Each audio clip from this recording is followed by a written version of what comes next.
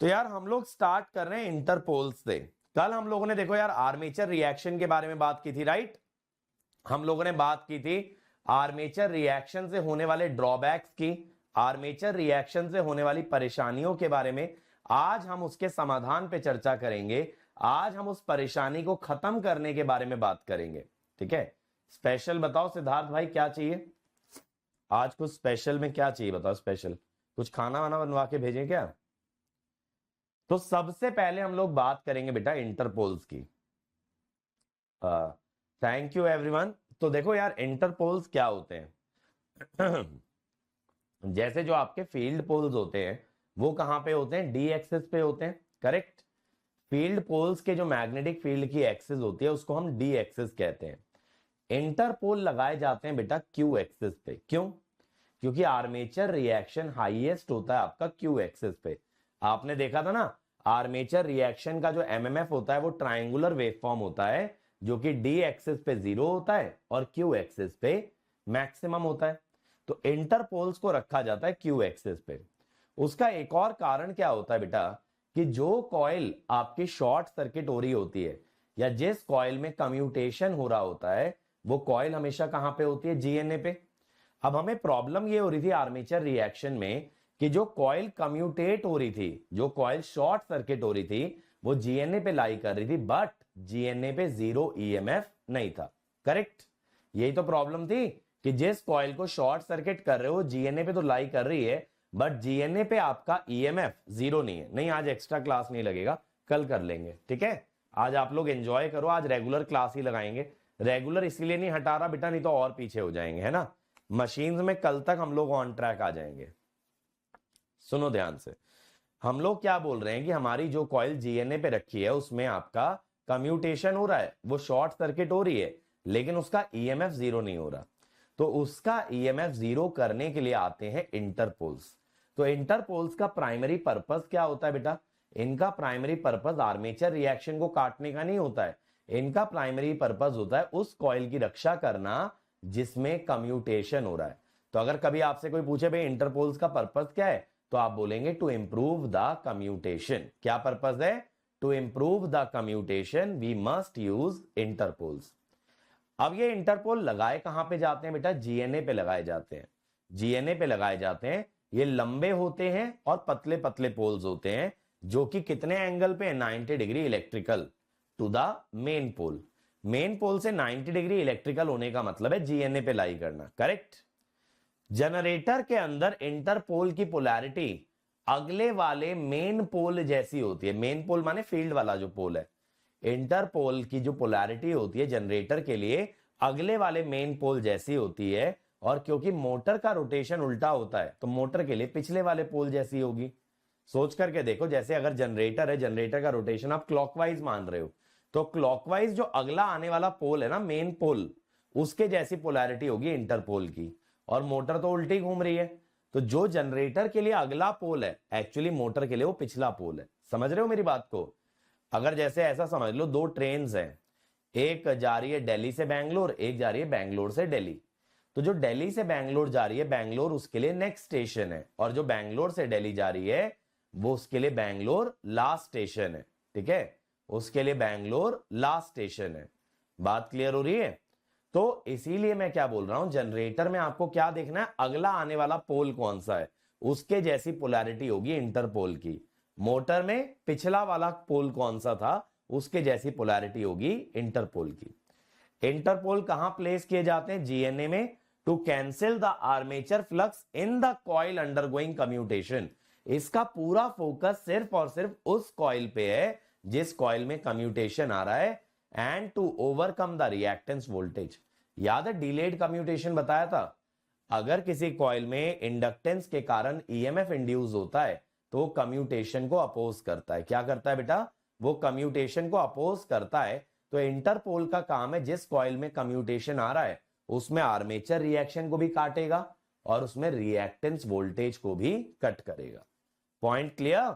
इसको क्या करना है? इसको आर्मेचर रिएक्शन को भी कैंसिल करना है और इसको रिएक्टेंस वोल्टेज को भी कैंसिल करना है in the coil undergoing commutation.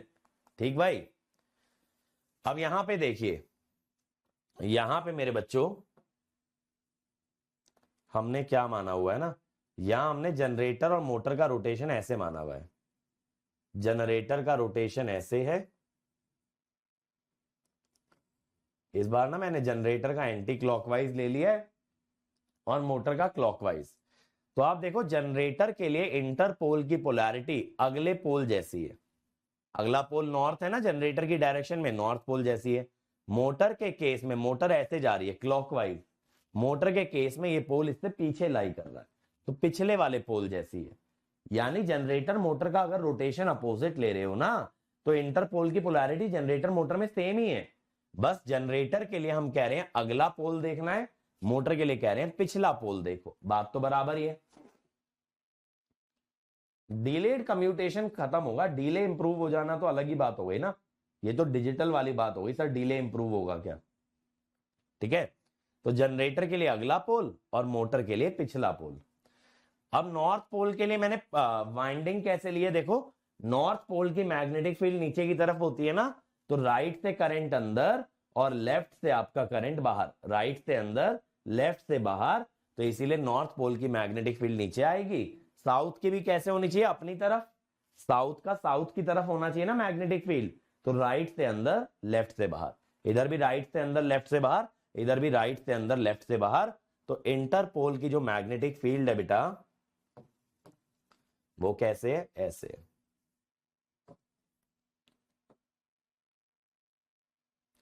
ये देखो इस टाइप से इंटरपोल की मैग्नेटिक फील्ड है।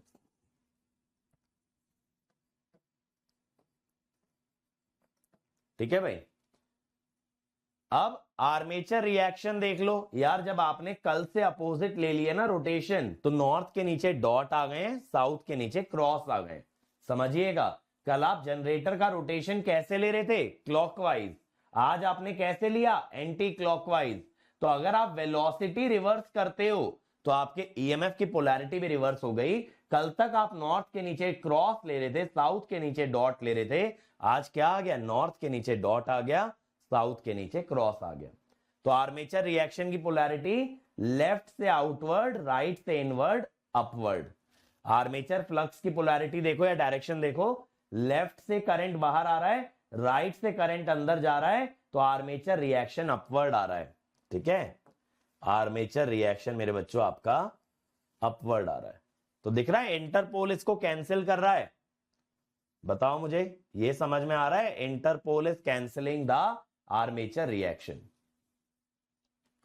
फील्ड वाइंडिंग के बाद ही तो होता है इंटरपोल वाइंडिंग, फील्ड वाइंडिंग के बाद होता है, माने फील्ड वाइंडिंग अलग है, इंटरपोल वाइंडिंग अलग है। अब आप ये समझिएगा बेटा, इंटरपोल को क्या करना है, इंटरपोल को जीएनए पे, इंटरपोल को क्यू एक्सिस पे आर्मेचर रिएक्शन को काटना है। ध्यान से सुन लीजिए, इंटरपोल को क्यू एक्सिस पे आर्मेचर रिएक्शन को काटना है।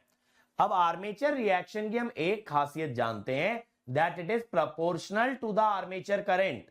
क्यों भाई, it is proportional to armature current, क्योंकि एमएमएफ होता है एनआई, फ्लक्स होता है एनआई बाय रिलक्टेंस, तो it is proportional to the armature current. तो भाई अगर कोई क्वांटिटी आर्मेचर करंट के प्रोपोर्शनल है, तो जो क्वांटिटी उसे काटेगी उसे भी तो आर्मेचर करंट के प्रोपोर्शनल होना चाहिए। सोच करके देखो, अगर आर्मेचर करंट बदला तो बी ए आर बदल जाएगा। हम ये चाहते हैं इंटरपोल का फ्लक्स इसे कैंसिल करे, तो हम कहेंगे जैसे जैसे बी ए आर बदल रहा है वैसे वैसे आपका इंटरपोल का फ्लक्स डेंसिटी भी बदलना चाहिए, ताकि दोनों कैंसिल हो जाएं। तो बेटा आर्मेचर रिएक्शन उल्टा तो हो गया ध्रुवा, कल तक डाउनवर्ड बना रहे थे आज अपवर्ड बना रहे हो। ठीक है, कल तक आप डाउनवर्ड बना रहे थे आज आप अपवर्ड बना रहे हो।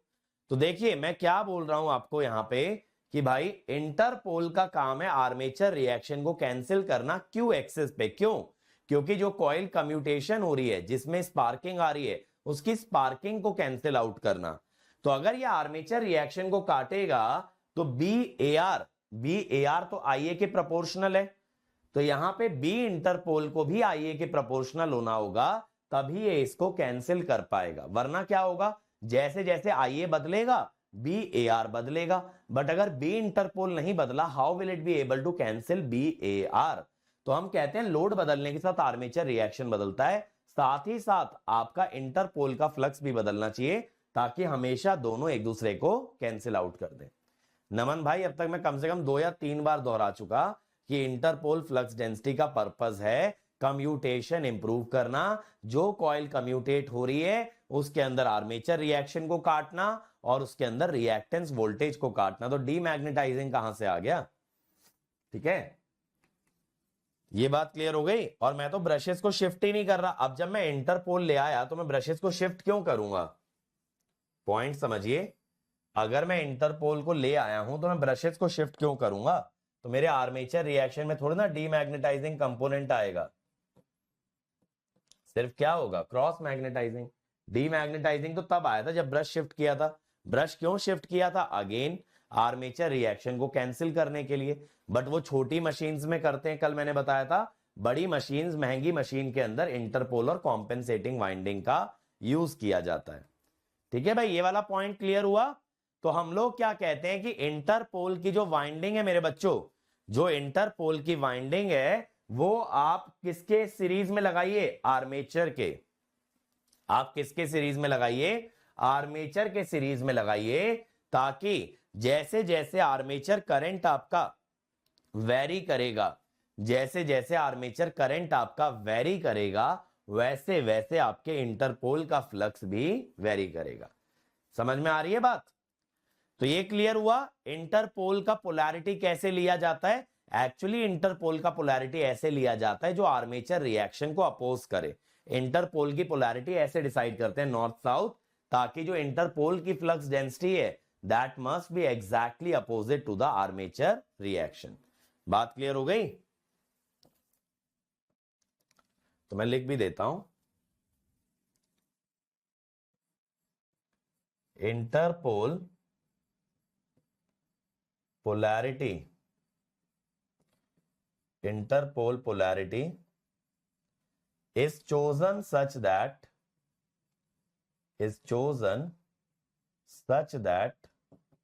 B interpole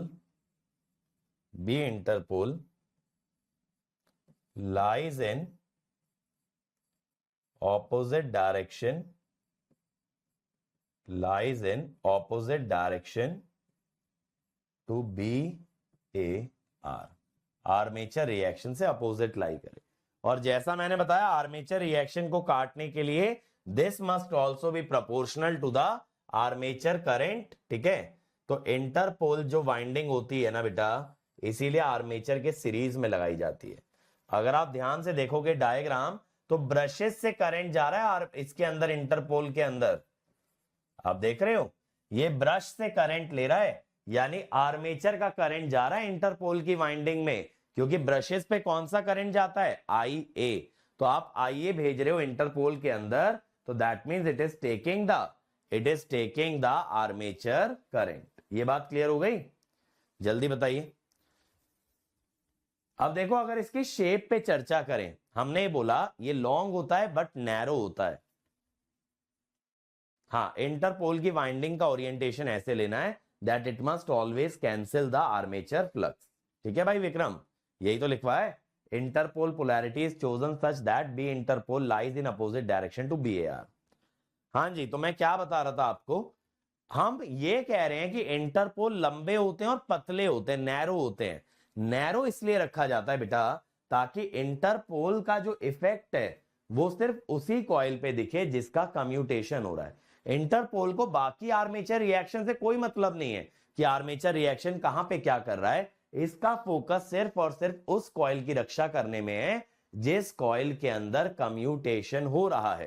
तो इसीलिए इसको नैरो रखते हैं ताकि इसका फ्लक्स बाकी की कॉइल पे स्प्रेड ना करे। जैसे आपने देखा था ना, फील्ड वाइंडिंग का जो पोल शू होता है वो ब्रॉड रखा जाता है ताकि उसका फ्लक्स ज्यादा कॉइल तक पहुंचे। यहां जस्ट उल्टा है, मैं चाहता हूं इसका फ्लक्स सिर्फ एक ही कॉइल को अफेक्ट करे जो GNA पे है, जिसका कम्यूटेशन हो रहा है। इसीलिए इसको आगे से क्या रख देते हैं? आगे से नैरो रख देते हैं। तो इसको नैरो इसलिए बनाया जाता है so that the flux of the Interpol winding only affects the coil undergoing commutation. ठीक है, और इसके अलावा बेटा, इसके अलावा इसको पीछे से चौड़ा क्यों करते हैं? अगर इसका क्रॉस सेक्शन एरिया आप बहुत कम रख दोगे ना तो इसका फ्लक्स बहुत ज्यादा हो जाएगा, बाय विच फ्लक्स डेंसिटी ज्यादा हो जाएगा, by which it can saturate. Flux density क्या होता है? Flux upon area. तो अगर आप इसका एरिया बहुत नैरो रखोगे तो the flux density can be very very high and it might saturate. Saturate हो गया तो आईए के साथ वेरी नहीं कर पाएगा ना, आईए के प्रोपोर्शनल नहीं रह जाएगा सैचुरेशन में। इसीलिए आप सैचुरेशन अवॉइड करने के लिए नीचे का एरिया चौड़ा कर देते हो ताकि इसका इफेक्टिव क्रॉस सेक्शन एरिया बढ़ जाए और सैचुरेशन अवॉइड हो पाए। तो मैं आपको ये 2 पॉइंट लिखवा देता हूं कि जो हमारे इंटरपोल का शेप है वो देखिएगा कैसे होता है।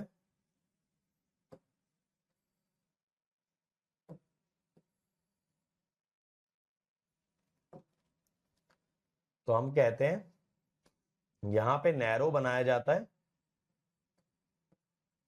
so that interpole flux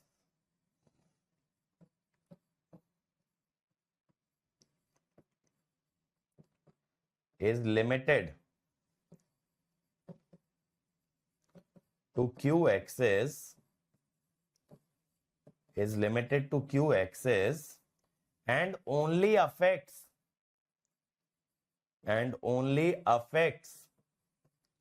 the coil undergoing commutation, only affects the coil undergoing commutation। ठीक है भाई, तो सिर्फ कम्यूटेशन वाली कॉइल को अफेक्ट करता है। और यहां पे wider at bottom,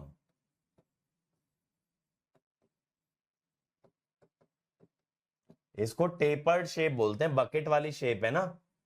to increase overall cross section area in order to avoid saturation। ये बात क्लियर है? सैचुरेशन से क्या प्रॉब्लम आएगी? सैचुरेशन में फ्लक्स कांस्टेंट हो जाता है, सैचुरेशन के अंदर फ्लक्स डेंसिटी आपकी कांस्टेंट हो जाएगी। In saturation B interpole will become constant while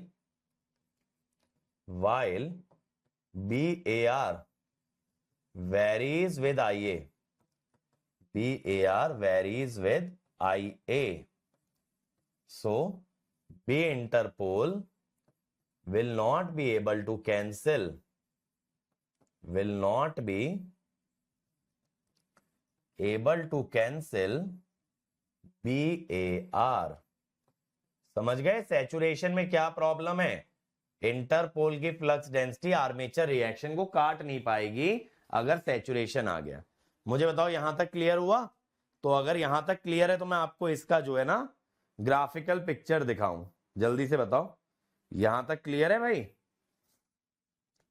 अगर यहां तक क्लियर है तो मैं आपको इसका ग्राफिकल पिक्चर शो करूंगा कि जो कल हमने ग्राफ बनाया था, जो बहुत डिटेल में हमने ग्राफ को समझा था, वो आता कैसे। बोलो भाई एक बार सभी लोग फटाफट बताओ, फिर कॉम्पेंसेटिंग वाइंडिंग पे चलें और डीसी मशीन का थ्योरी एंड करें, फिर न्यूमेरिकल भी तो स्टार्ट करने हैं आज से। क्लियर है ना सभी को? किसी को कोई डाउट है यहां तक तो यहीं पूछ लो। बस ये ध्यान रखना कि इंटरपोल जो है आर्मेचर रिएक्शन कैंसिल करने के लिए नहीं आता है, सिर्फ उस कॉइल की रक्षा करने के लिए आता है जिसका कम्यूटेशन हो रहा है। क्योंकि आर्मेचर रिएक्शन तो चारों तरफ फैला हुआ है ना, ये तो बेचारा बस क्यू एक्सिस पे रखा है, ये और कहीं जा ही नहीं रहा है।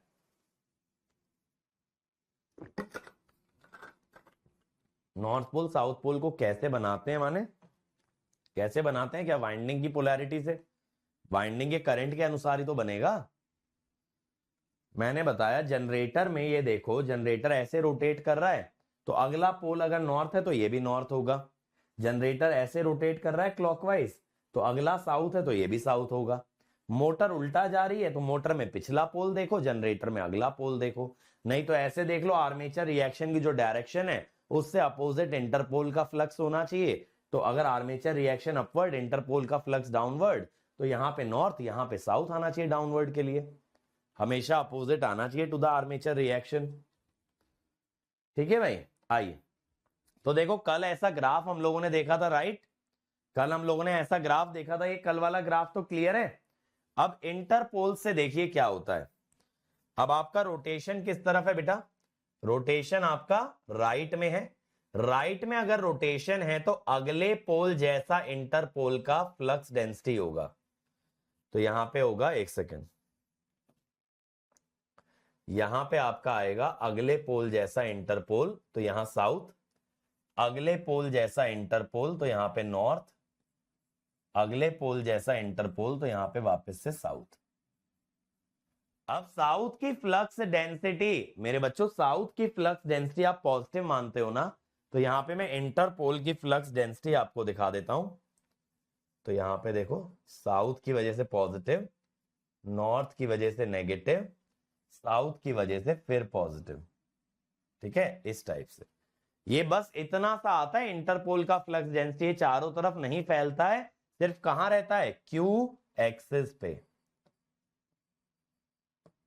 ठीक है भाई, अब देखिएगा क्या होता है। ये कल नेगेटिव से स्टार्ट हो रहा था ना बेटा, नेगेटिव से क्यों स्टार्ट हो रहा था? क्योंकि 0 प्लस नेगेटिव इज नेगेटिव। अब यहां पे एक पॉजिटिव वैल्यू भी आपकी ऐड हो जाएगी। ठीक है, यहां पे आपकी एक पॉजिटिव वैल्यू भी ऐड हो जाएगी। बहुत बढ़िया विजय। तो अगर एक पॉजिटिव वैल्यू भी ऐड हो गई तो ये ग्राफ नेगेटिव से ना शुरू होके कहां से शुरू होगा बेटा? ये ग्राफ शुरू होगा तुम्हारा पॉजिटिव से। ये ग्राफ कहां से शुरू होगा मेरे बच्चों? पॉजिटिव से। देखिएगा, ये ग्राफ नेगेटिव से ना शुरू होके पॉजिटिव से स्टार्ट होता है, ऐसे जाता है। अब देखो एक क्यू एक्सिस पे क्या था? पॉजिटिव था। अब की बार ये क्यू एक्सिस पे, एक सेकेंड, अब की बार ये जो है ना क्यू एक्सिस पे नेगेटिव जाएगा, इस टाइप से। ठीक है, थोड़ा सा नेगेटिव चला गया और ये यहां पे 0 से गुजर रहा था।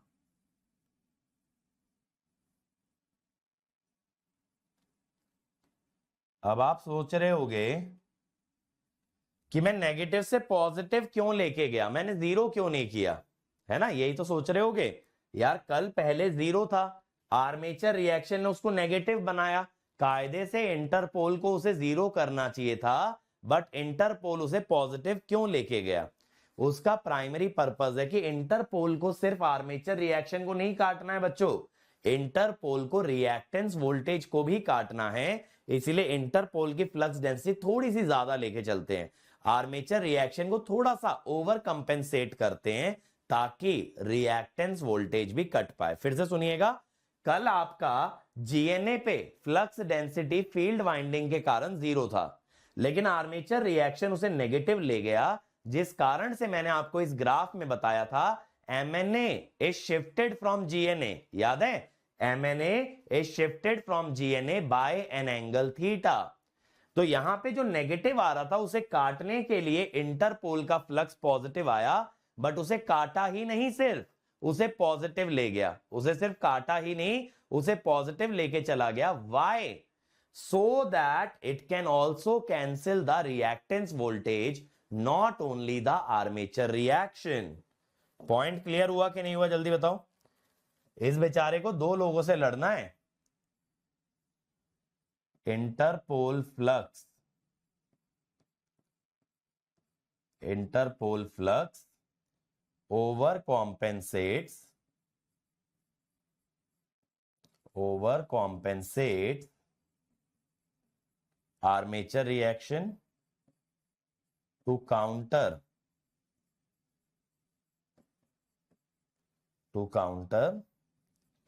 रिएक्टेंस वोल्टेज, क्योंकि रिएक्टेंस वोल्टेज भी तो कम्यूटेशन में प्रॉब्लम पैदा करती है।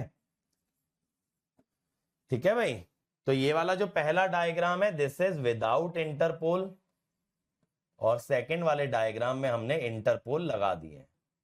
समझ में आया भाई? बोलो, समझ में आ गया सभी लोगों को अच्छे से क्या हो रहा है यहां पे? एक बार बोलो भाई, कंफर्म करो कि सर क्लियर है, जल्दी बताओ। और ये बात ध्यान रखना, बार बार दोहरा रहा हूं, इंटरपोल का काम आर्मेचर रिएक्शन को कैंसिल करना नहीं है, इंटरपोल का काम है उस कॉइल की रक्षा करना जो कम्यूटेशन में जा रही है, और उस कॉइल के लिए आर्मेचर रिएक्शन को भी काटेगा और उसके रिएक्टेंस वोल्टेज को भी काटेगा, याद रखें, ठीक है। क्योंकि ऐसा एमसीक्यू आ जाता है, what is the purpose of Interpol, उसमें एक ऑप्शन ये भी रहेगा टू कैंसिल आर्मेचर रिएक्शन, और बहुत सारे बच्चे उसे सही मान के लगा के आएंगे, बट यहां आर्मेचर रिएक्शन कैंसिल कहां हुआ, शेप तो अभी भी डिस्टॉर्टेड ही है, शेप तो अभी भी कबाड़ा ही है इसकी, कहां से फ्लैट टॉप्ड हो गई, तो शेप अभी नहीं सही हुई है, शेप सही करनी पड़ेगी। अब उसके लिए आते हैं हमारे दूसरे हीरो इस पिक्चर के।